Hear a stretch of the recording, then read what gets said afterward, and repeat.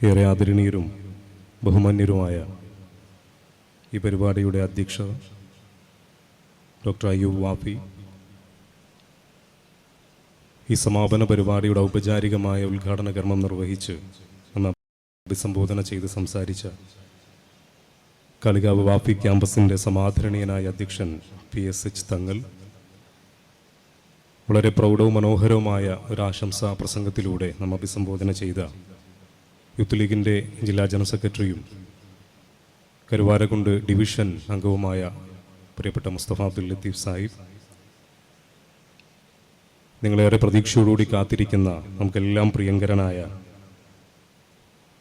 ആശംസ നേർന്ന് സംസാരിക്കാൻ നിങ്ങൾ പ്രതീക്ഷിക്കുന്ന സിൽവാൻ മുസ്തഫ ഉൾപ്പെടെ അധ്യക്ഷവേദിയിൽ ആസനസ്ഥരായ അഭിവന്ദ്യരെ, പ്രിയപ്പെട്ട എൻ്റെ വിദ്യാർത്ഥി സുഹൃത്തുക്കളെ, സുദീർഘമായ ഒരു സംസാരത്തിലേക്ക് ഞാൻ ഈ അവസരത്തെ ഉപയോഗപ്പെടുത്തുന്നില്ല.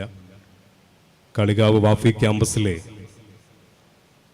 വിവിധത്തിലുള്ള മനോഹരമായ ഒട്ടേറെ പരിപാടികളിൽ പങ്കെടുക്കാനും മാറി വന്ന ബാച്ചുകളിലെ വിദ്യാർത്ഥികളുമായി സംവദിക്കാനൊക്കെ ഒരുപാട് അവസരങ്ങൾ ലഭിച്ച ഒരാൾ എന്ന നിലക്ക് വർത്തമാനകാലത്ത് നമ്മളേറെ ചർച്ച ചെയ്യപ്പെടേണ്ടതും ആ ചർച്ച ചെയ്തതിൻ്റെ ബൈ പ്രൊഡക്റ്റ് സമൂഹത്തിനും നമ്മുടെ സമുദായത്തിനും പകർന്ന് നൽകേണ്ടതുമായ ഏറ്റവും അർത്ഥപൂർണമായ ഒരു വിഷയത്തിലാണ് 2 ദിവസങ്ങളിൽ ഈ ക്യാമ്പസിൽ ഇന്റർനാഷണൽ വാല്യൂ ഉള്ള ഗസ്റ്റുകളുടെ സാന്നിധ്യത്തിൽ ഇത്ര മനോഹരമായൊരു പരിപാടി നിങ്ങളിവിടെ സംവിധാനിച്ചത്. അതിന് നേതൃത്വം നൽകിയ മുഴുവൻ ആളുകളെയും മുക്തകണ്ഠം അഭിനന്ദിക്കാനും പ്രശംസിക്കാനും ആദ്യം ഞാൻ ഈ അവസരത്തെ ഉപയോഗപ്പെടുത്തുകയാണ്. ഇവിടെ മുസ്തഫ ലത്തീഫ് സാഹിബിൻ്റെ സംസാരത്തിലൊക്കെ സൂചിപ്പിച്ചതുപോലെ കർമ്മശാസ്ത്ര രംഗത്തുനിന്ന് വർത്തമാനകാലത്തെ സാമ്പത്തികമായ ക്രയവിക്രയങ്ങളും ഇടപെടലുകളിലുമൊക്കെ ഒരു പ്രത്യേക താല്പര്യത്തോടുകൂടി നമ്മുടെ കമ്മ്യൂണിറ്റി ആണെങ്കിലും ഈ സമൂഹമാണെങ്കിലും ഇങ്ങനെ പോകുമ്പോൾ ഇവിടെ നിങ്ങളുടെ ഈ പരിപാടിയുടെ അധ്യക്ഷന്റെ സംസാരത്തിൽ ഞാൻ കേട്ട ഒരു വാക്ക്, ചരിത്രാധീന കാലം തൊട്ടുള്ള നമ്മുടെ ഫിഖ് ഗ്രന്ഥങ്ങൾ അലമാരകളിൽ നിന്നെടുത്ത് അതിനെ ഈ വർത്തമാന കാലത്തൊന്ന് ഡെലിബറേറ്റ് ചെയ്യാനുള്ള ഒരു സാഹചര്യം കൂടിയാണ് ഇത്തരത്തിലുള്ള ഒരു സെമിനാർ കൊണ്ട് ഉദ്ദേശിച്ചത് എന്നതാണ്.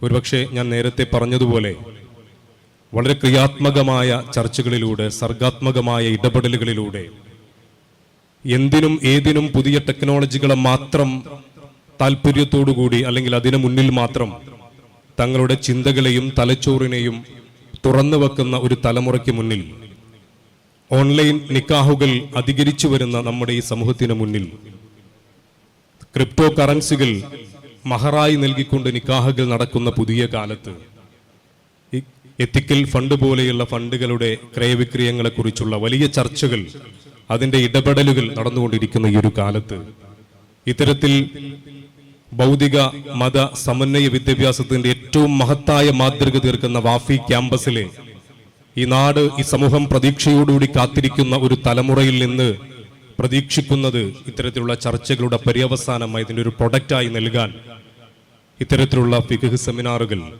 ഞാൻ നേരത്തെ പറഞ്ഞതുപോലെ ലോകത്തിന്റെ തന്നെ വിവിധ രാജ്യങ്ങളിൽ നിന്ന് പോലും ഈ മേഖലകളിൽ പ്രസംഗിച്ചും പരിചയിച്ചും പ്രവർത്തിച്ചും പരിചിതരായ ഒട്ടനേകം ആളുകളെ കൊണ്ടുവന്ന് നിങ്ങൾ നടത്തിയ ശ്രമത്തെ അതിൻ്റെ ഒരു പ്രൊഡക്റ്റായി ഈ സമൂഹത്തിന് സമർപ്പിക്കാൻ ഇതിന് സാധ്യമാകട്ടെ എന്ന് ആഗ്രഹിച്ച് പ്രാർത്ഥിച്ചുകൊണ്ട് ഇവിടെ സംസാരിച്ചപ്പോൾ ലോകത്തിലെ അതിസമ്പന്നരുടെ പട്ടികയിൽ ലോകം ചരിത്രത്തിൽ ആണ്ടുകൾക്ക് മുന്നേ 700 ആണ്ടുകൾക്ക് മുമ്പ് രേഖപ്പെടുത്തി വെച്ച മൻസ മൂസയെക്കുറിച്ച് ഇവിടെ പറഞ്ഞു.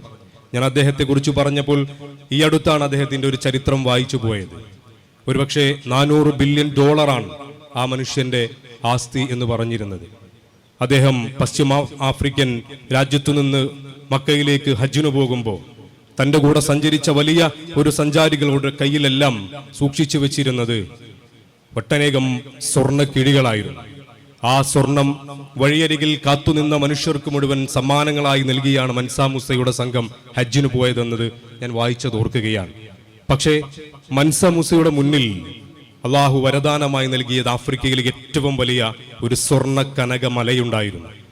അവിടെ എവിടെ ഖനനം ചെയ്തു നോക്കിയാലും സ്വർണത്തിന്റെ തുരുമ്പുകളും സ്വർണത്തിന്റെ ഖനനത്തിനുള്ള സാഹചര്യങ്ങളും ദൈവം അനുഗ്രഹമായി മൻസ മൂസയുടെ മുന്നിൽ കൊടുത്തിട്ടുണ്ട്. ഒരുപക്ഷെ അതായിരിക്കാം അദ്ദേഹത്തെ ഇപ്പോഴും ലോകം ഏറ്റവും വലിയ സമ്പന്നരുടെ പട്ടികയിൽ എഴുതി വെച്ചത്. ഇപ്പോൾ ജെഫ് ബെസോസോ, ടെസ്ലയുടെ എലൺ മസ്കിനൊക്കെ അപ്പുറത്ത് ഇപ്പോഴും മൻസ മൂസ 700 കൊല്ലം മുന്നേയുള്ള മനുഷ്യനെ ചർച്ച ചെയ്യുമ്പോൾ അള്ളാഹു നൽകിയ ആ ഒരു സ്വർണത്തിന്റെ മല മൻസ മൂസയ്ക്ക് മുന്നിൽ ഉണ്ടായിരുന്നു. പക്ഷേ 140 കോടിയോളം മനുഷ്യർ ജീവിക്കുന്ന ഇന്ത്യ രാജ്യത്ത് നമുക്ക് അങ്ങനെ ഒരു സ്വർണത്തിന്റെ മലയില്ല. നമ്മൾ ജീവിക്കുന്ന ചുറ്റുപാട്, നമ്മളുടെ ജുഡീഷ്യൽ സിസ്റ്റം, നമ്മുടെ ലെജിസ്ലേറ്റീവ് സിസ്റ്റം എല്ലാം ഇവിടെ ജീവിക്കുന്ന ഈ കമ്മ്യൂണിറ്റിയുടെ മുന്നോട്ടുള്ള പ്രയാണത്തിന് തടസ്സം നിൽക്കുന്നവരാണ്. അതിനുള്ള സംവിധാനങ്ങളാണ് രാജ്യത്തിന്റെ പാർലമെന്റിൽ നിന്നാണെങ്കിലും കേരളത്തിന്റെ നിയമസഭയ്ക്ക് അംഗത്തിൽ നിന്നാണെങ്കിലും ന്യൂനപക്ഷങ്ങൾക്കും അതുപോലെ ഈ രാജ്യത്ത് ജീവിക്കുന്ന പിന്നാക്ക ജനവിഭാഗം, ഞാനും നിങ്ങളും ഉൾപ്പെടുന്ന ഈ കമ്മ്യൂണിറ്റിക്കുള്ളത്. അതിനെല്ലാം തൃണവൽക്കരിച്ചുകൊണ്ട് മൻസ മൂസയുടെ മുന്നിലുള്ള സ്വർണ്ണമലയില്ലാത്ത ഈ രാജ്യത്ത് എങ്ങനെയാണോ സാമ്പത്തികമായി നമ്മൾ ഇടപെടേണ്ട സാധ്യതകളും മേഖലകളും, എവിടെ നിന്നാണോ AI ജനറേഷൻ ഇപ്പോൾ കഴിഞ്ഞ ഈ തെരഞ്ഞെടുപ്പിലൊക്കെ ഏറ്റവും കൂടുതൽ പോസ്റ്ററുകൾ ഇറക്കിയത് ഒരു ഗ്രാഫിക് ഡിസൈനർ ആവില്ല. ഇവിടെ ഒരുപാട് ഡിസൈനർമാർ ഇരിക്കുന്നുണ്ടാവും. പക്ഷേ ഇവിടുത്തെ ഡിസൈനർമാരുടെ പണി കുറഞ്ഞുപോയി. AI സാങ്കേതിക വിദ്യ ഉപയോഗിച്ചുകൊണ്ട് ഞാൻ മത്സരിച്ചപ്പോൾ എൻ്റെ തന്നെ ഒരു വീഡിയോ ആദ്യം ഇറക്കിയത് AI വീഡിയോ. ഞാൻ അതിൽ അഭിനയിച്ചിട്ടില്ല, നടന്നിട്ടില്ല, പോയിട്ടില്ല. പക്ഷേ AI സാങ്കേതിക വിദ്യ എന്താണെന്നുള്ളത് ഒരു ബയോ പോലെ നാടിന് മുന്നിൽ കൊടുക്കാൻ കഴിഞ്ഞു. ഇങ്ങനെ അത്രത്തോളം ജെമിനിയിലും ആപ്പുകളിലുമൊക്കെ നമ്മളെ ഇങ്ങനെ നിർമ്മിച്ചു കൊണ്ടിരിക്കുന്ന ഈ കാലത്ത് സാമ്പത്തിക ഇടപെടലുകളാണെങ്കിലും ബിസിനസ് മേഖലയിൽ നമ്മൾ ടച്ച് ചെയ്തു പോകേണ്ട മേഖലയാണെങ്കിലും അത് നമ്മുടെ മുന്നിൽ എത്തിപ്പിടിക്കേണ്ട ഒരു മലയാണ്. ആ മലയിലേക്ക് പോകുമ്പോൾ നമ്മുടെ ഫിഖ്ഹും കർമ്മശാസ്ത്രവുമെല്ലാം എത്രത്തോളം ചുറ്റപ്പെടുന്ന ഒരു വൃത്തത്തിനകത്തു നിന്ന് ഇതിൻ്റെ പരമാവധി പരിധിക്കുള്ളിൽ നിന്ന് ചെയ്യാൻ കഴിയുമോ എന്നതിൻ്റെ പരമാവധി പഠനങ്ങൾ ഈ ഒരു ക്യാമ്പിൻ്റെ, ഈ ഒരു സെമിനാറിൻ്റെ ഭാഗമായി സമൂഹത്തിന് പകർന്നു നൽകാൻ ഈ ഫിഖ്ഹ് സെമിനാറിന് സാധ്യമാകട്ടെ എന്ന് ആശംസിച്ച് പ്രാർത്ഥിച്ചുകൊണ്ട് എല്ലാവിധ ഭാവുകങ്ങളും നേർന്നുകൊണ്ട് ഞാൻ വാക്കൽ നിർത്തുന്നു. അസ്സലാമു അലൈക്കും.